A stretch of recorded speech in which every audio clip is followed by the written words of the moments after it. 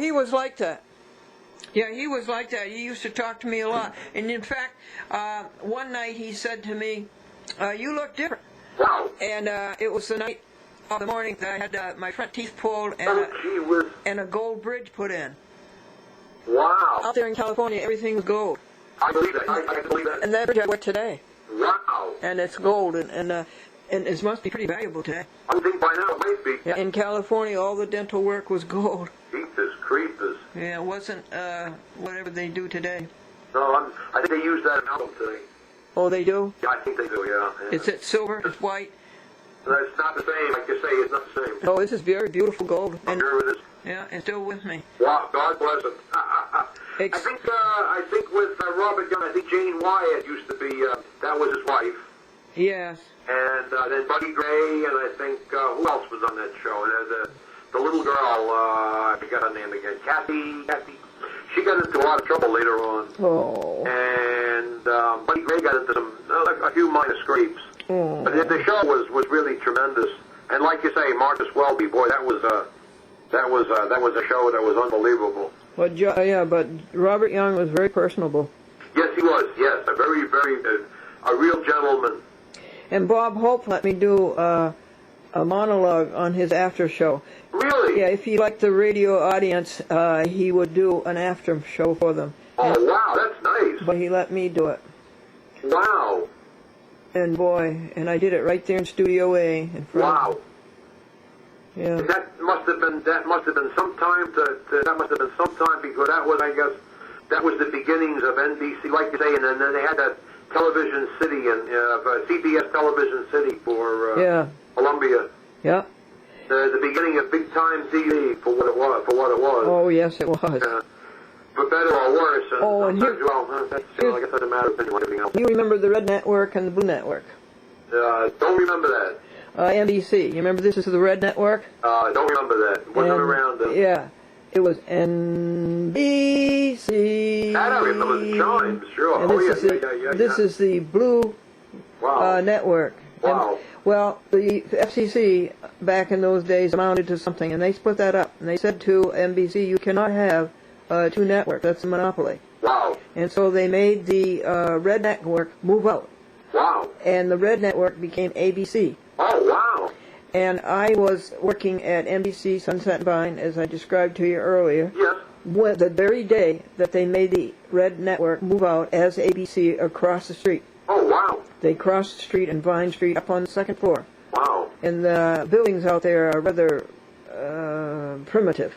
Yes, they are. And so it was on the shabby second floor across the street, and it was the ABC television and radio network. Sure. And it was the old Red Network. Wow. And I told it to somebody in Manhattan that I was interviewing at ABC in the year 1972. And really? She says, no wonder underneath my desk it says the Red Network. Isn't that funny? Isn't that something else? My goodness. Yeah, she was in personnel. Wow. And now another funny thing about that was one day I was walking up Vine Street and Hollywood Boulevard where Sunset, and here was a man coming down on Vine Street, and he was looking at the buildings, and he was trying to look at the second floor. Okay. And this man saw me, and I saw him, and I said, could I help you with anything? And he says, I'm looking for the ABC television network. Oh, wow. And I had to point to this ugly, dilapidated building and said, that's it, and you have to go through that door and up those stairs. Wow. Guess who that man was? Fred Allen. No kidding. Fred Allen himself. Oh, wow. He wanted to go see them, of course, about starting up a television show. There you go. Wow. Isn't that something? Isn't that something? And that would be 1951 or 2. Wow. Boy, oh boy. And then, you know, all of the big shows, other than the Colgate Comedy Hour that you mentioned, and Dragnet, by the way. Yeah, Jack Webb. Yeah, that came from Hollywood, but it was filmed at Disney. Oh, Disney, okay. Disney filmed it, and Disney came in, I believe, and filmed Groucho Marx. And then they had a little tiny show that started up in the West Coast. See the USA in your Chevrolet. Oh, the Dinah Shore. Yep. Wow. And then, guess what? one of the great big shows from the East Coast, from Manhattan, from New York, was coming out and was going to originate from Hollywood, and they were all in a tether about that. They had to clean up and painted Studio D, and guess what the show was? What? Uncle Fran and Ollie. Oh, sure. That was so funny. Here you had... Yes, and what's her name? I love her. Fran Allison. Yeah, Fran Allison. She was a nice lady. Oh, she was a nice lady. She was a nice lady. I love Fran Allison. So there they were. Oh my gosh, oh boy. And she so, was legend. And so NBC was everything was being scrubbed and painted for this big show that was coming out from the East Coast. And it was so funny to see that tiny puppet stage in that great big Studio D. Wow.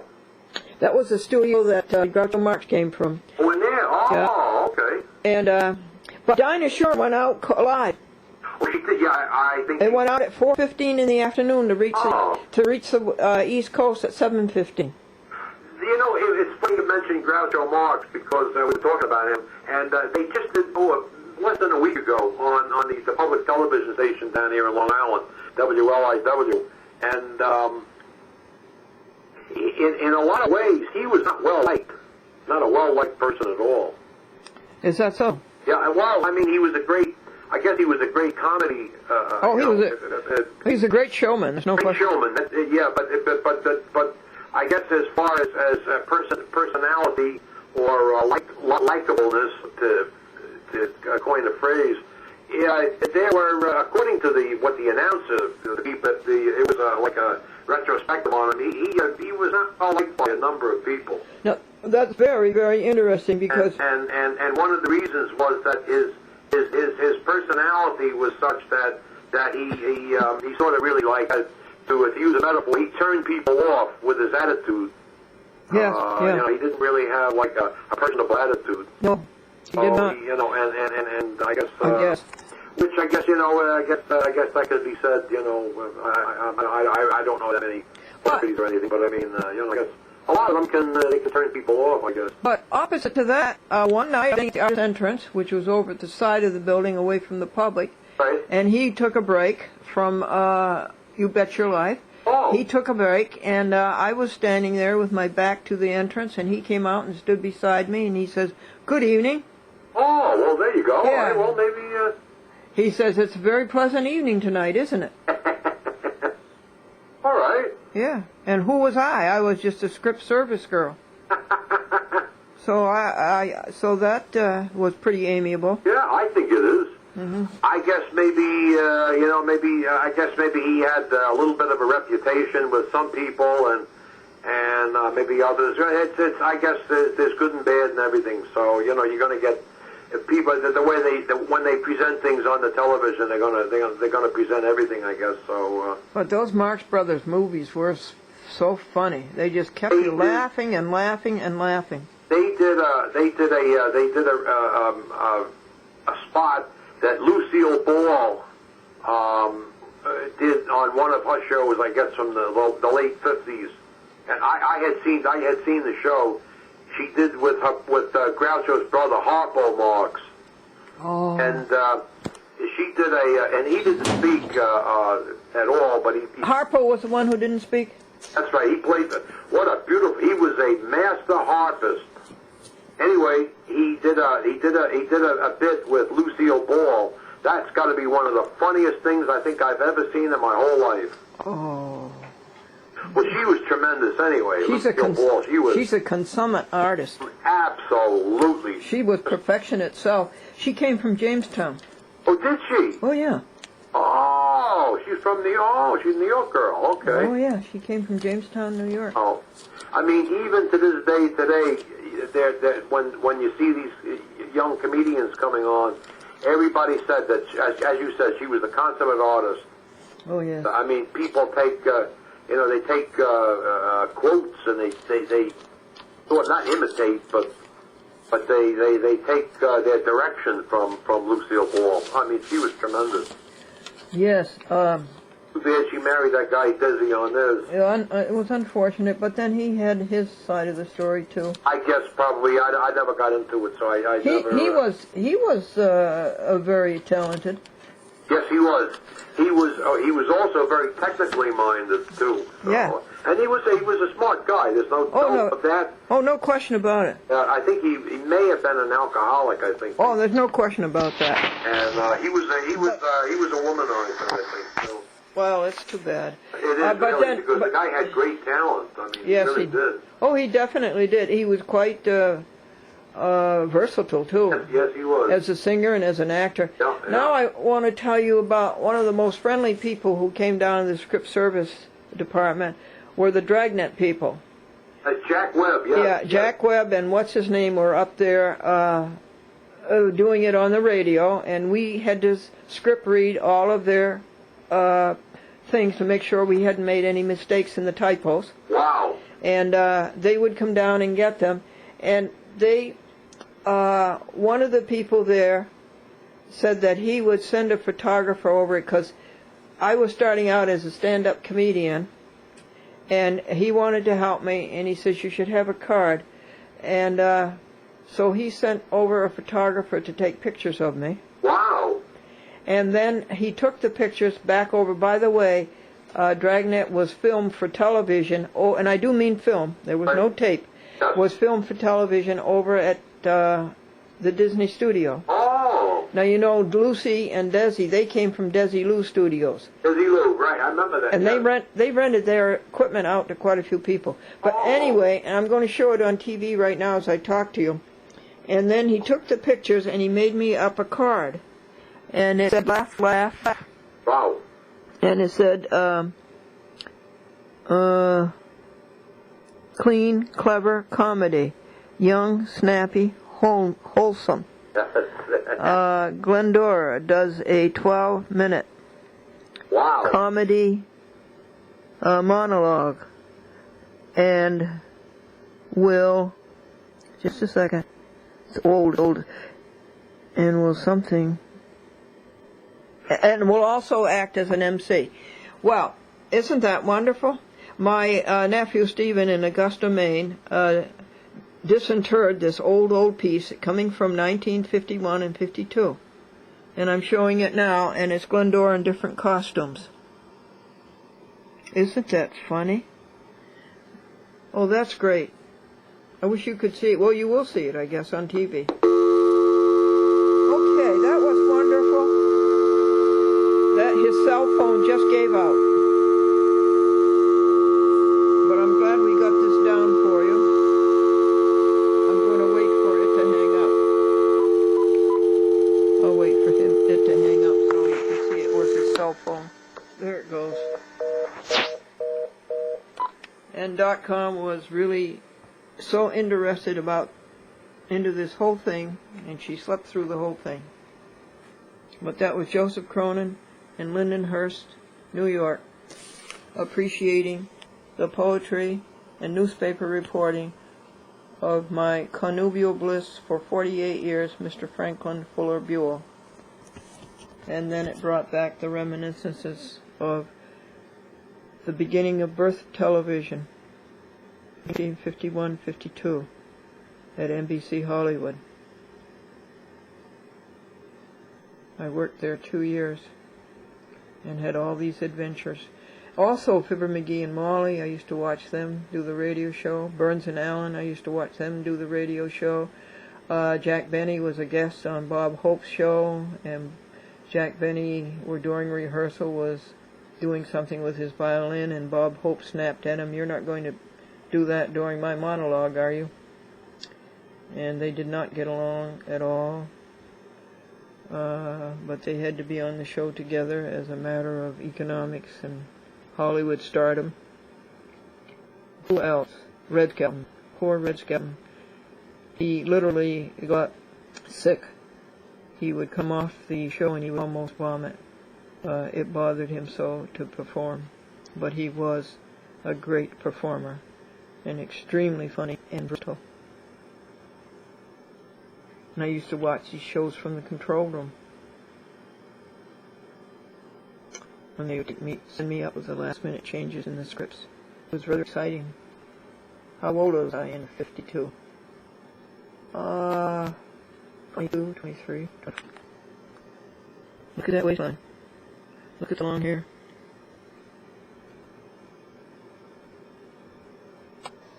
I'm returning my telephone calls, and that was the first one to Joe Cronin. The other two were people who were silent, autistic, and I fasted until 3 o'clock. The couple got married late in life. Medicare picked up 80% of the honeymoon. Oh, thank you. Got married so late in life, the Medicare picked up the 80% of the honeymoon. Okay, that's a nice laugh for today. Yes, you bet. Thanks for the pea soup. Okay. All right, take care, Gendora. Okay, honey, do you have my number? I have your number. What kind of a fruit is this? Is it an orange? Well, I open it up and look. Look what color it is. And I tasted it, and I never tasted anything like it before. Tell me what it is. Oh no. Oh no. Just a second ago, it was fine. Well, anyway, this is February 8th, and tomorrow is February 9th, and the moon is full. And we are having a January thaw in February. We had one day in January of thaw, but it's been in the 40s for a couple of days, and things are very liquid. So it's best to videotape the moon from the east window at 9 p.m.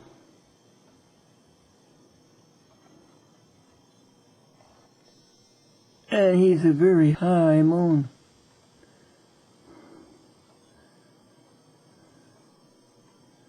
Almost 90 degrees.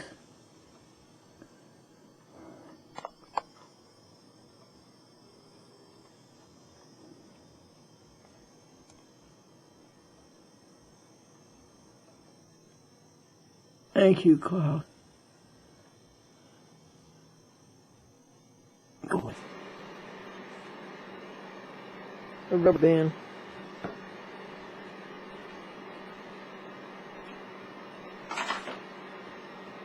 It's her playtime. Late at night, early in the morning.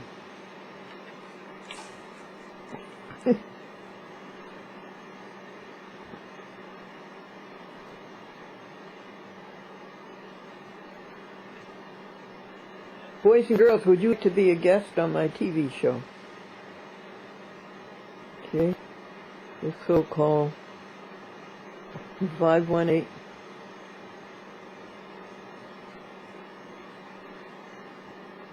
758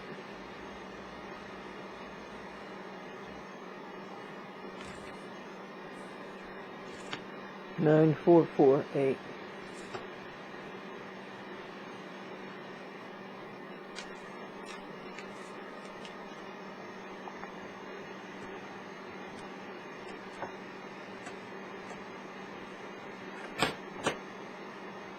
Oh, what do we do on it? Oh, we play a game or two, and we count blessings, and we talk to each other. And we talk to boys and girls at home.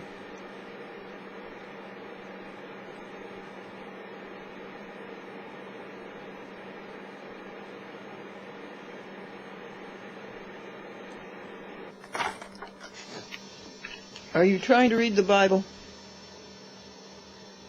Want me to open it for you? You promise not to chew the pages? Okay. I'll open one of these Bibles for you.